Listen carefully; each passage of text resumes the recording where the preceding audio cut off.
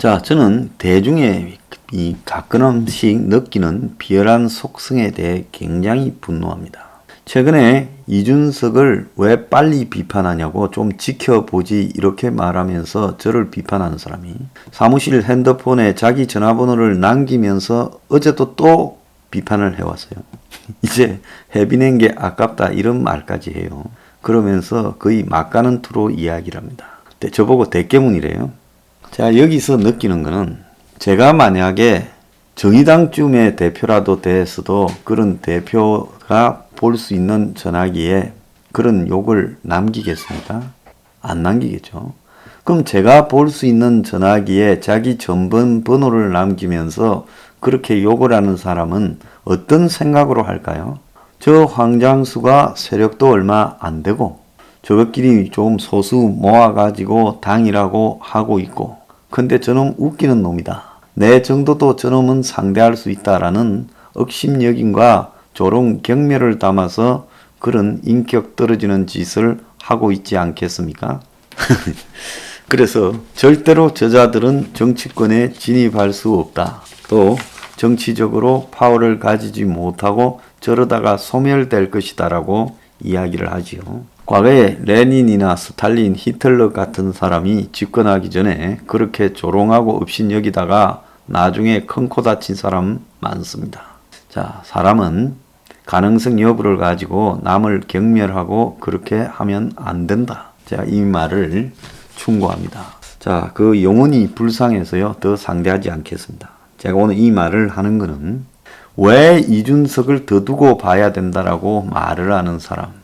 그런 사람은요, 국민의 똥당, 어제 누구가 국민의 똥당이라고 말하지 말라고 저한테 또 말을 해요. 여기는 당신들이 와서 노는 그런 데가 아닙니다. 똥당 지지자들은 이 방송을 볼 필요가 없습니다.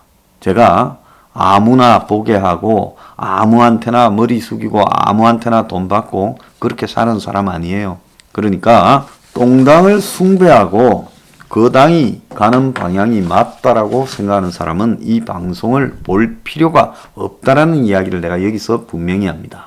자, 올 연말에 대선 방배가 정해집니다. 3월 달에 투표지만은 이미 12월 달쯤 가면 대선이 어떻게 될 건가 결정이 얼추 알 거라고 보고 있습니다. 자, 이준석이 등장했을 때 모두가 언론이 다 거의 99.9% 찬양합니다. 기사에서, 칼럼에서, 사설에서 누구도 이준석을 비판하지 않습니다. 저는 대한민국 사회가 가끔씩 이렇게 야만으로 갈 때 혐오감을 느끼고 이 사회가 사우스 코리아가 아니라 사우디 코프리카냐 이렇게 느껴집니다.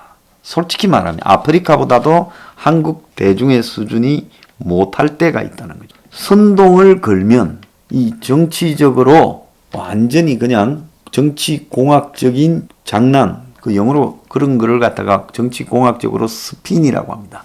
스핀을 딱 걸면 그는 대로 걸리는 그런 나라다라고 봅니다.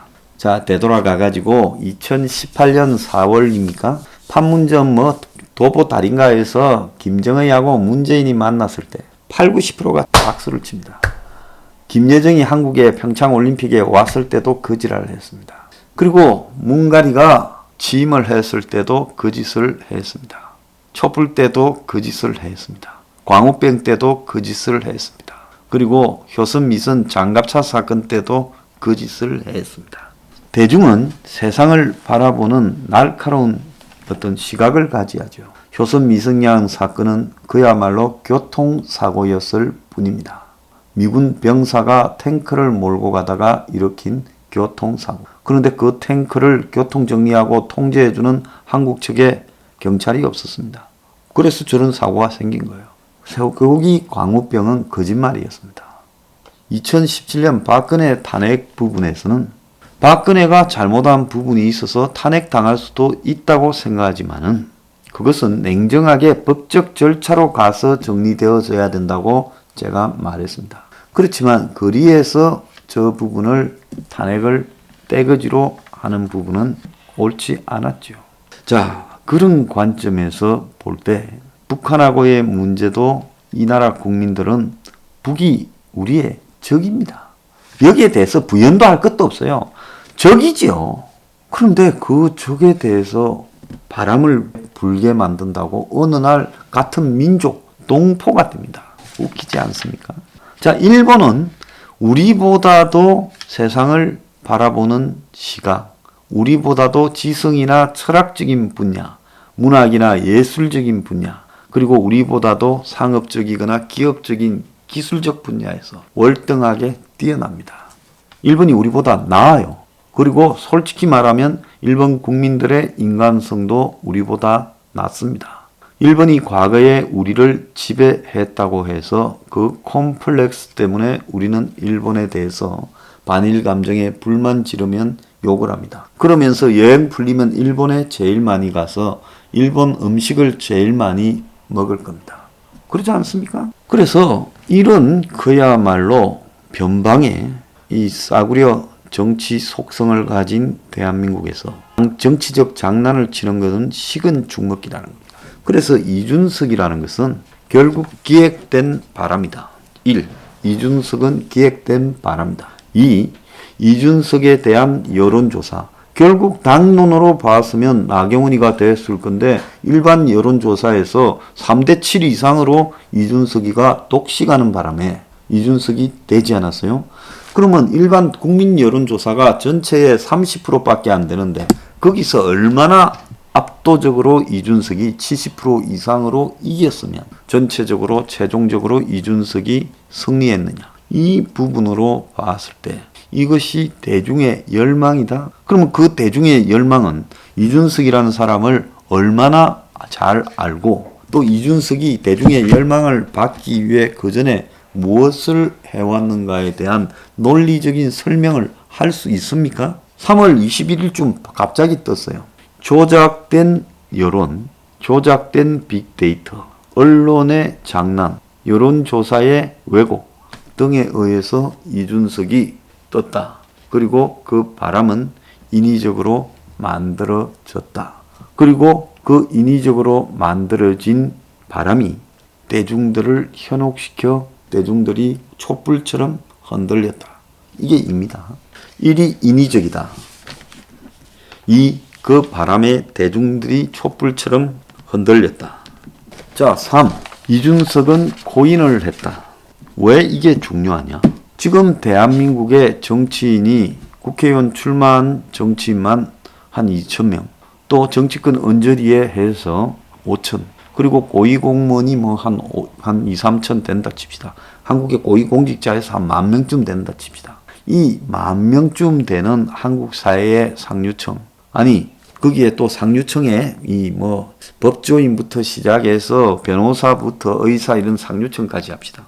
이런 상류층 중에 내가 코인에서 엄청 벌었고 그 돈으로 출마한다. 이런 형태로 집으로 떠들고 다닌 사람은 이준석이 말고 있습니까? 일부 기자들 말고요. 일부 뭐 편기자들이 상류층입니까? 없어요. 특히 정치권이나 고위공무원 중에 권력에 접근한 사람 중에 누구도 그런 말 안 하고 국회의원에 출마하거나 출마할 자격을 가지고 있는 지구당 위원장급 이상의 정치인 중에 코인했다 소리, 또 청년 정치인들 예비군들 중에 출마하려고 하는 애들 중에 내가 코인했다 소리 하는 사람이 한 명도 없습니다.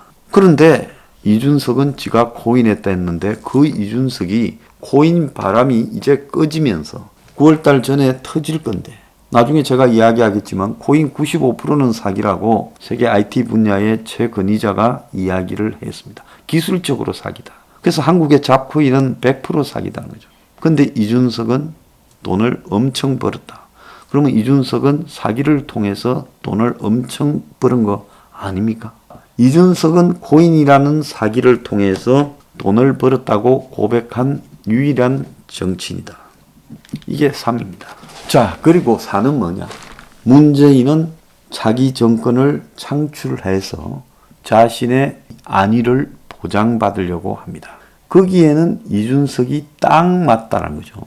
지금 한번 보세요. 이준석이 이철이를 만나고 청와대에 가서 여야 상설 협의체를 하고 여야가 청와대에서 밥 처먹으면서 현안이 해결된 게 있습니까? 대통령이라는 게 양보하는 꼬라지를 본 적이 있습니까? 협치라는 부분이 저 문의 독재 속에서 이루어질 수 있다고 생각하십니까? 10인 이상 집회 금지도 유지하는 문의, 그 문에 대해서 방역 협조를 해주겠다고 말한 저놈은 무엇입니까? 그러니까 문은 약점 많고 바람을 불게 도와준, 그리고 여론을 조작해준 문 자신에게 이준석이 꼼짝 못할 거고, 대선까지 갈 때 개헌이나 후보 구도에서 이준석을 통제할 수 있다고 보는 겁니다. 그것은 이준석 플러스 이준석 뒤에 있는 김종인, 김무성, 유승민까지 통제할 수 있다고 저는 볼 거라 봅니다. 그래서 네 번째로 문은 이준석을 통제할 수 있다라고 보는 겁니다. 이준석은 과연 2030을 대변하느냐? 아닙니다. 이준석은 지금 나와서 일주일쯤 던진 메시지를 보면 한국의 자본 권력을 대변하는 말을 하고 있고, 그것은 오늘날 2030의 처지와 정면으로 배치됩니다. 그래서 이준석은 기득권을 대변한다는 겁니다. 그래서 우리 핵명 21은 이준석이 핵심적 가치, 서포 15조와 유사한 가치라도 이 사회의 기득권을 타파할 수 있는 가치를 들고 나왔다면 지지를 했죠. 지지할 뿐만 아니라 흔들면 옆에서 지원 사격을 했을 겁니다. 우리는 우리가 주장하는 이런 기득권 타파의 가치를 들고 나오는 사람이면 누구와도 손을 잡을 겁니다. 그런데 아마 그런 작자가 거의 없을 거라고 보고 있습니다. 우리가 윤석열에게 한때 당을 만들기 전에 일말의 기대를 했지만은 그는 이미 그 주변에 수구보수 언론들을 배치해서 본인이 기득권의 상징이라는 것을 스스로 보였습니다. 핵명 21은 윤석열은 지금 지지율과 관계없이 저 상태라면 끝났다 이렇게 봅니다.